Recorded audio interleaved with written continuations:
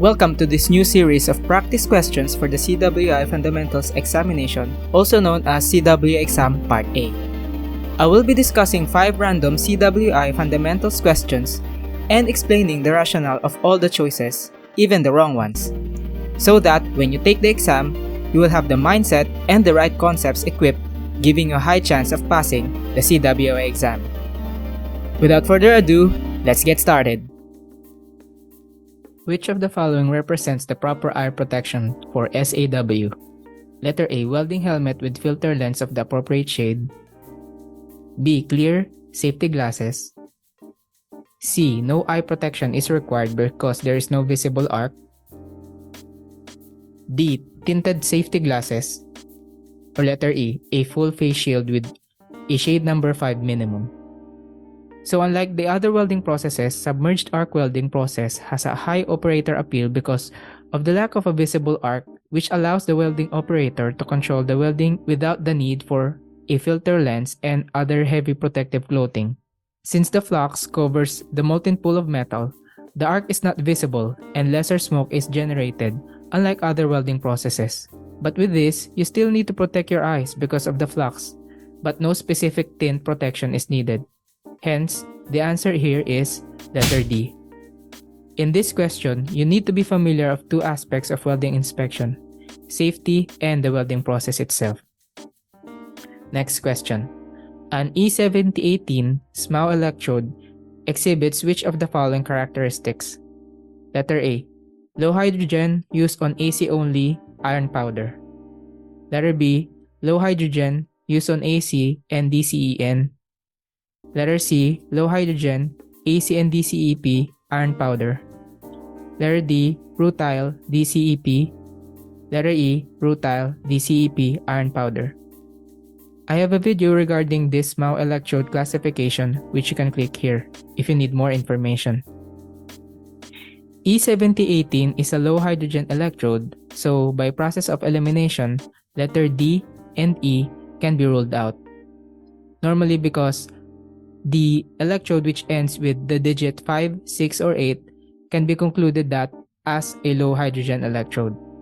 This leaves us to the familiarity of this table below as seen. The digit 8 can be used for AC and DCEP with 25 to 45% iron powder. That leaves us with letter C, which is the answer. Low hydrogen can be used with alternating current and DC electrode positive and with the use of iron powder. A thermal treatment that follows quenching and restores some of the metal's ductility is referred to as A. Stress relief, B. Tempering, C. Hardening, D. Normalizing, E. Post-heat. Let us run through the choices. Stress relief is a general heat treatment term that removes residual stresses of the metal. So this stress relief term can be mechanical or thermal, so it doesn't specify here. Normalizing is the heat treatment process where the metal is cooled in still air, which results in a middle range of being a ductile and brittle material. Hardening here in the meantime is synonymous with quenching because if the metal is subject to quick cooling in order to create, for example, tool steels, which are very hard metals and are used for fabrication equipment like milling machine, lathe machine, etc. Post-heat is a term used to relieve residual stress of the metal and is applied after the welding process, and normally is a thermal process. Which leaves us to the answer, which is letter B. Tempering restores some of the material's ductility, which follows after quenching. Since quenching's intention is to rapidly cool the metal to make it harder, it will lose some of its ductility. Tempering attempts to restore some of that metal's ductility to an acceptable range, depending upon the welding procedure specifications. Next question. Which of these methods is most often used to eliminate the high residual stress by welding? Letter A. Pre-bending. Letter B. Shot blasting. C. Quenching rapidly after welding. D. Post-weld heat treating. E. Preheating. So pre-bending here refers to the parts before welding to counteract shrinkage by introducing pre-stressing. So when you pre-stress a part before welding, you counteract the shrinkage that will be caused by welding. So this term is called pre-bending. So it does not fit the description of the question, which eliminate the high residual stress.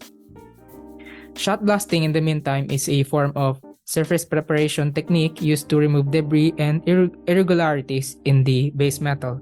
So some examples here is sandblasting. So when you prepare a metal prior welding or prior painting, so you sometimes you need to sandblast it in order to remove the irregularities or debris or an external coating that is undesirable prior to welding or repainting of that base metal. Quenching rapidly after welding will result in the formation of martensite, which a grain structure that promotes brittleness. So it does not relieve the stresses in the weld, but rather promote the formation of a grain structure that promotes brittleness. So letter C is not the answer, although quenching is a form of heat treatment as well, but it does not or it promotes brittleness of the metal. Preheating promotes appropriate grain structure by preventing rapid cooling of the metal, but the trick here or the question here is it eliminates high residual stress by welding, which only meant that the stress is produced after welding. So this leaves us with the answer letter D, post-weld heat treating, which the primary purpose is to eliminate residual stress due to the welding. Next question. The physical principle that permits the migration of liquid penetrant into very fine surface discontinuities is called magnetic permeability, B. Optical fluorescence, C. Capillary action, D. Emulsification, E. Solubility.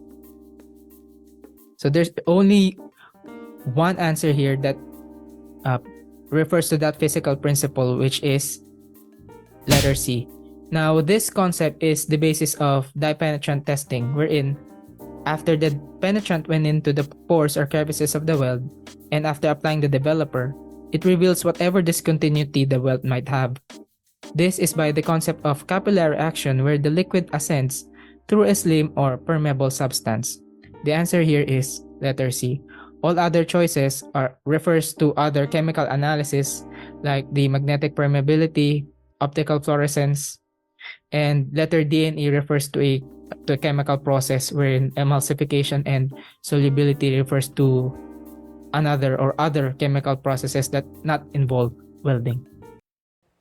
If you have questions, do not forget to comment down below and also like this video, as it will help the algorithm find like-minded viewers like you who are looking guides for the CWI exam. And if you want more of these kinds of videos, I have tutorials on CWI practice questions, writing welding documents, and many more. Click these playlists right here. Do not forget to subscribe and turn in the notification bell for the latest videos. See you on the next one.